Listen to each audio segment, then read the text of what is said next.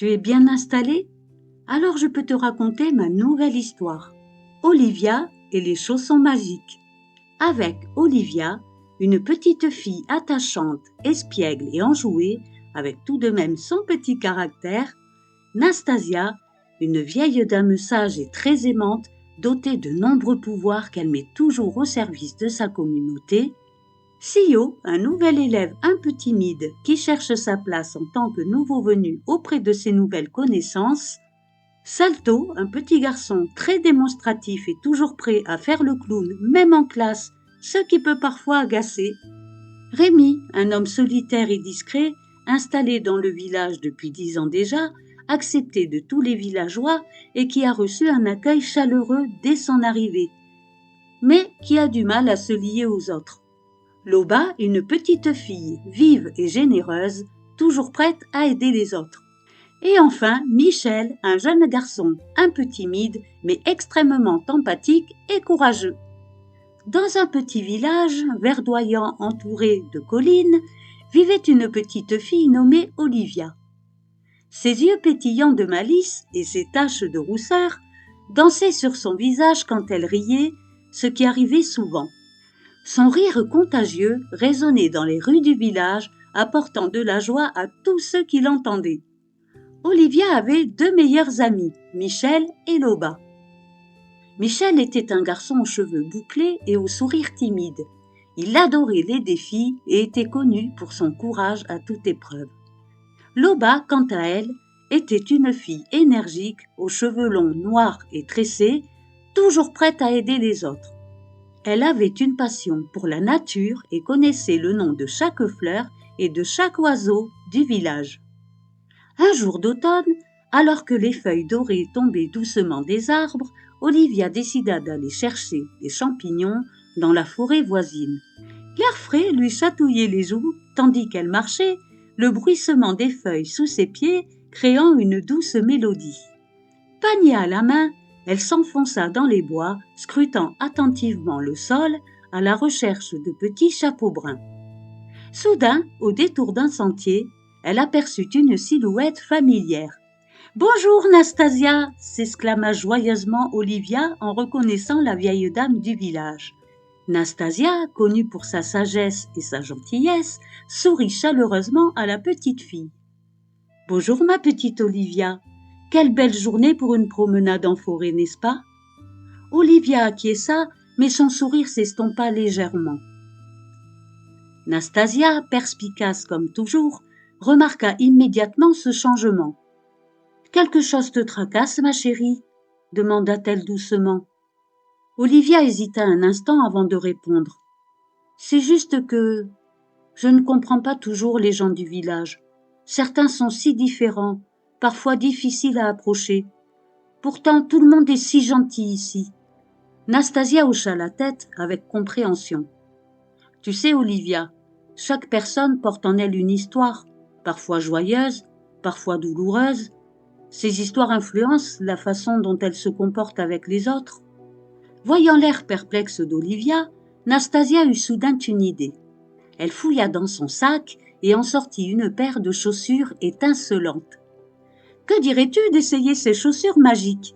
Elles te permettront de ressentir les émotions des autres pendant une journée. »« Va explorer le village avec tes amis, » lui conseilla Nastasia. « Tu découvriras peut-être des choses surprenantes. » Dès qu'Olivia enfila les chaussures, elle sentit un picotement agréable lui parcourir tout le corps, comme si de minuscules étincelles dansaient sous sa peau. Une douce chaleur l'envahit, partant de ses pieds et remontant jusqu'à son cœur. Sans attendre, Olivia courut chercher Michel et Loba. Elle les trouva près du vieux chêne, au centre du village, leur lieu de rendez-vous habituel. Loba était en train d'observer un nid d'oiseaux avec fascination, tandis que Michel grimpait agilement aux branches basses de l'arbre. « Les amis !» cria Olivia, essoufflée mais excitée. « Vous ne devinerez jamais ce que Nastasia m'a donné. » Loba descendit de son perchoir d'observation, ses yeux s'écarquillèrent à la vue des chaussures étincelantes. Michel sauta de l'arbre avec empressement, atterrissant à côté d'Olivia. Ce sont des chaussures magiques, expliqua Olivia. Elles nous permettent de ressentir les émotions des autres. Loba était déjà très enthousiaste. Waouh, on peut les essayer? Ensemble, ils décidèrent de rendre visite à quelques habitants du village. Leur première rencontre fut avec Sio, le nouvel élève de l'école. Dès qu'Olivia s'approcha de lui, elle ressentit une vague de tristesse et de solitude. « Oh, murmura-t-elle, Sio se sent seul et perdu. Il regrette ses anciens amis. » Michel et Loba essayèrent les chaussures chacun leur tour. Ils comprirent alors pourquoi Sio était si timide et réservé. Lorsque Michel mit les chaussures près de Rémi, il fut submergé par une vague de méfiance si forte qu'il eut l'impression que son cœur se serrait dans sa poitrine. Une tristesse profonde s'installa ensuite comme un poids lourd sur ses épaules. « C'est comme si j'avais perdu quelque chose de précieux, » murmura-t-il à ses amis, les larmes aux yeux. Quand ce fut au tour de Loba de porter les chaussures magiques près de Salto, elle fut d'abord assaillie par une explosion de joie et d'excitation, comme des feux d'artifice dans son esprit. Mais rapidement, cette sensation fut remplacée par une mélancolie sourde, comme un ciel gris un jour de pluie. « C'est étrange, dit-elle. C'est comme si Salto portait un masque de bonheur pour cacher sa tristesse. » À la fin de la journée, les trois amis se réunirent, profondément touchés par ce qu'ils avaient découvert. Loba, avec sa sensibilité naturelle, proposa « Et si on organisait quelque chose pour aider tout le monde à se sentir mieux ?» Michel, toujours prêt pour un défi, renchérit « Oui, une grande fête où tout le monde pourrait partager ses vrais sentiments. » Olivia sourit, fière de ses amis. « C'est une excellente idée. Allons voir Nastasia pour lui demander de l'aide. » Le jour de la fête arriva. Grâce aux chaussures que tous purent essayer, chaque habitant put ressentir les émotions des autres. Les sourires devinrent plus sincères, les étreintes plus chaleureuses. Sio se fit de nouveaux amis, Rémi s'ouvrit un peu plus aux autres et Salto put enfin partager sa vraie personnalité. Alors que le soleil se couchait sur cette journée magique, les trois amis comprirent que l'empathie était le plus beau des pouvoirs.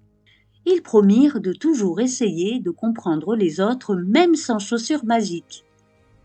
Et c'est ainsi qu'ils s'endormirent, le cœur rempli de compassion et de compréhension pour tous les habitants de leur merveilleux petit village, sachant que leur amitié était encore plus forte grâce à cette expérience partagée. Avant de s'endormir, les trois enfants firent une courte méditation comme Nastasia le leur avait appris. « Veux-tu la faire aussi ? Ferme les yeux et imagine que tu portes les chaussures magiques. Pense à quelqu'un que tu connais et essaie de ressentir ce qu'il pourrait ressentir. Rappelle-toi que chacun a sa propre histoire, ses propres défis. En étant gentil et compréhensif, tu peux illuminer la journée de quelqu'un. Chaque petit geste d'empathie est comme une étoile brillante dans le ciel, rendant le monde un peu plus lumineux pour tous. Merci pour ton écoute et à très bientôt pour une nouvelle histoire.